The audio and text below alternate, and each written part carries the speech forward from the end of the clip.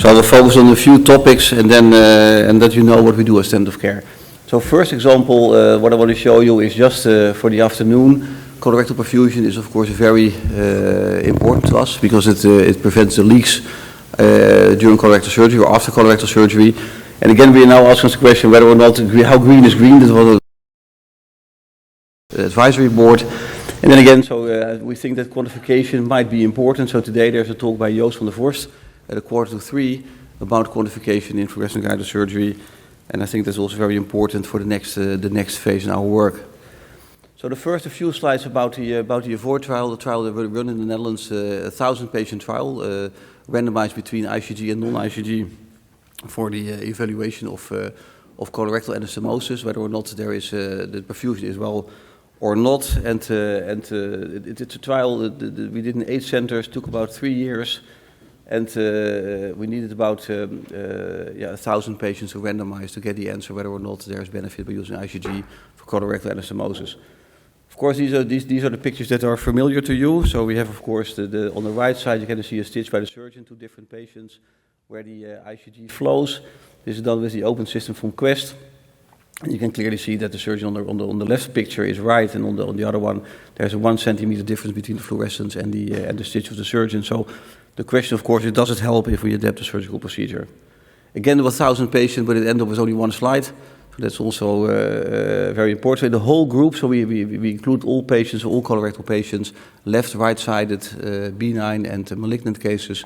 And the whole group, we didn't find a significant difference by using the ICG or not to prevent anastomotic leak, but only in the left-sided resections, which was roughly about 520 cases that we did, there was a significant difference. So for the left-sided resections, there's a clear benefit by using ICG. There's a 6%, roughly about a 6% difference in leak rate between the two groups.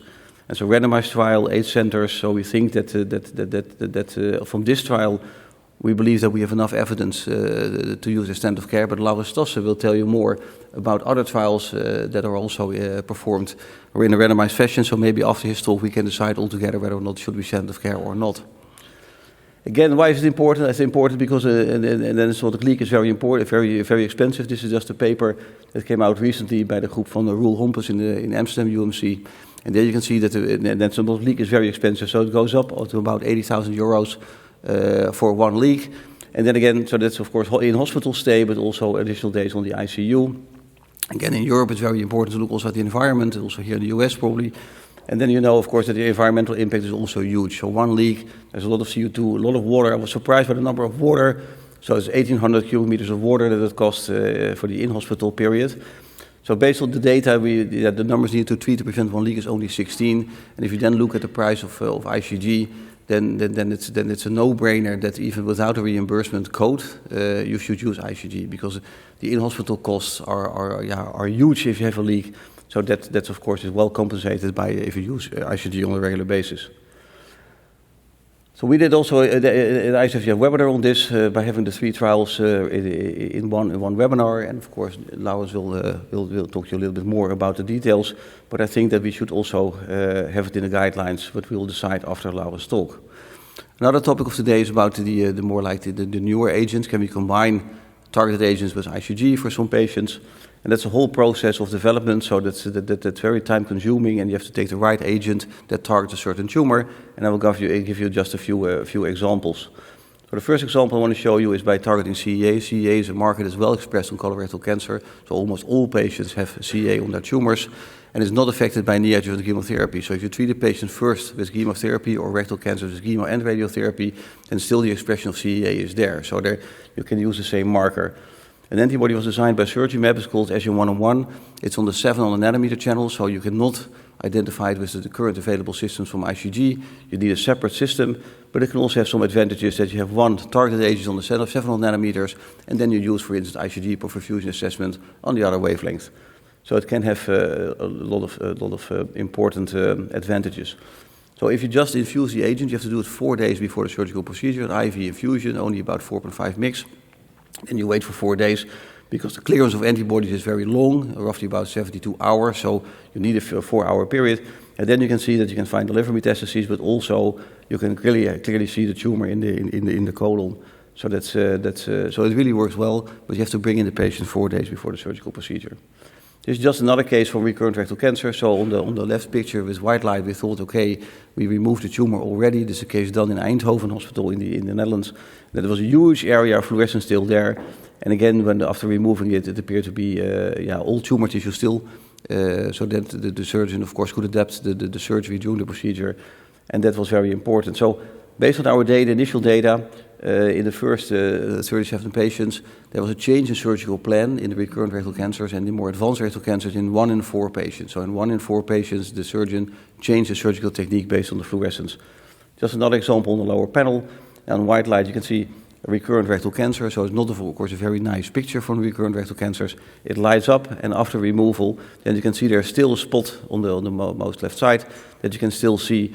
And there, of course, you can just remove it during the surgical procedure or apply other technologies like intraoperative radiotherapy, but you can adapt your surgical plan. So based on this strategy, we're now running a phase 3 trial, so no results of that yet, but that will come in the future.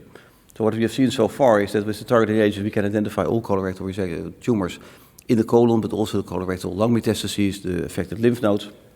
And there's a huge impact on surgical strategy. So you see more, and therefore you change your surgical plan in roughly about 1 in 4 cases. Phase 3 is ongoing, and again, when you have an agent like this on the 700 nanometer channel, you can also combine it with others, for instance, ureters, and that is the next topic of today. And dual channel imaging on one system. A lot of companies that are there today, also at the advisory board, are working on dual channel imaging systems. So I like the people from Artrex, Storage, they want to include a different channel. And again, I think it helps for the future to have more channels in the imaging system. So it addresses also the needs from the companies. Another trial, can we do one slide back? Is that possible? Can I do that myself? Can we go back one slide? Another back. Just another, because then the movie will run.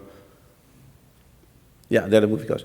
So then again, we look at ureter agents. So then I will just tell you the story about ZW800. It's an IV-infused agent. So if you infuse it IV, you wait for a couple of minutes, about 2, and then you will see the ureter during the surgical procedure.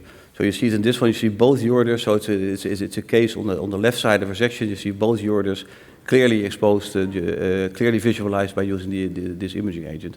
At the moment, we did a phase 1-2 trial where we optimized the dose. It's now about 2.5 mg, and that runs on all the existing imaging systems. So either a Storage or a Da Vinci or an Olympus system, doesn't matter. So therefore, we did a trial in the first period to check whether or not all the existing systems, like the Da Vinci, like the Olympus system, even the Flare from the past, works with the imaging agent. So we did it in healthy volunteers and later on in patients. And then we decided the dose of 2.5 milligrams is enough to see it on all existing systems for a few hours. So you inject only a very small dose, then you wait, and then a few hours later, you can just do the whole colorectal procedure for 2-3 hours. You have a clear vision on the ureter. So this is just an example by the current phase 3 trial that's running as of yesterday. So we did the first patient yesterday. It's a trial we do in both the US and in the Netherlands. Netherlands we have 5 sites, so it's Leiden, and even Lau and Stassen will probably join, as I asked him just a few minutes ago. And the other sites in the US are Stanford and UMass still, and more will follow. So you can see on the right side again, this is with the Rubina system from Storage, clearly identify the ureter. And that's the tri-phase study that we're running at the moment. We have to include 336 patients. So the number 1 was yesterday. So again, that will take roughly about maybe a year or so. We hope to do it earlier because we can include all the colorectal procedures, but the gynecologic procedures, the urological procedures, a lot of procedures.